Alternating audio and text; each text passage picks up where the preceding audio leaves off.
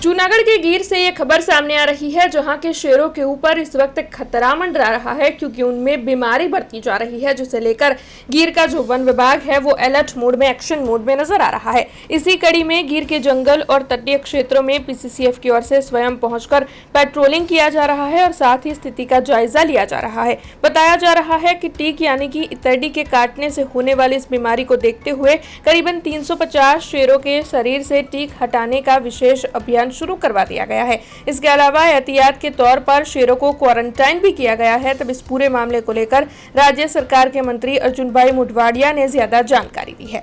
आज जामवाड़ा खाते अधिकारीओने साथे मळीने अहींया जे थोड़ा सिंह बाळना मृत्यु थया हता ए बाबते माहिती मेळवी अने आ रेस्क्यू सेंटरनी अंदर जे थोड़ा बीमार कब અને લાયન છે એમનું ઓબ્ઝર્વેશન પણ કર્યું। અત્યારે કુલ બંને જગ્યાએ મળીને 17 જેટલા જે લાયન છે એ ઓબ્ઝર્વેશન હેઠળ છે। છેલ્લા 3 દિવસની અંદર કોઈ પણ અઘટિત બનાવ બન્યો નથી અને એ સિવાય બીજા વિસ્તારો જે છે આજુબાજુના એ વિસ્તારોના સિંહ અને સિંહ પરિવારોને એ પણ ઓબ્ઝર્વેશનમાં છે।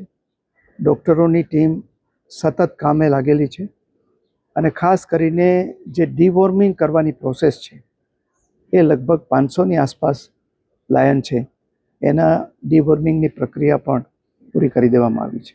એટલે આ રીતે જોવા જઈએ તો એ અત્યારે કોઈ ચિંતાનું કારણ નથી અને હું વન વિભાગના અમારા અધિકારીઓને, કર્મચારીઓને અને ડૉક્ટરોને પણ અભિનંદન આપું છું કે આ ઘટના તો 28 તારીખે ધ્યાનમાં આવી, પરંતુ એની પહેલાં 19 તારીખથી જ એણે જે પ્રિવેન્ટિવ મેઝર લેવા જોઈએ એ પ્રિવેન્ટિવ મેઝર લીધેલા હતા અને એને કારણે આજે જે છે એ આપણે સ્થિતિને સંપૂર્ણપણે લગભગ કહી શકાય કે એને કાબૂમાં લઈ આવી શક્યા છીએ।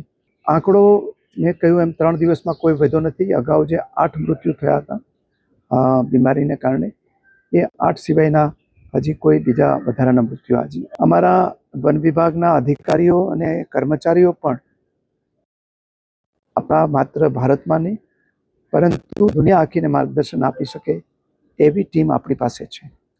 વધારામાં આપણે વધારાની ટીમ પણ મદદમાં આવી છે, એના ડૉક્ટરો પણ આપણને મદદ કરી રહ્યા છે। हमसे जुड़े रहने के लिए हमारे YouTube चैनल को सब्सक्राइब करें और नई वीडियो की नोटिफिकेशन के लिए बेल आइकॉन को दबाएं।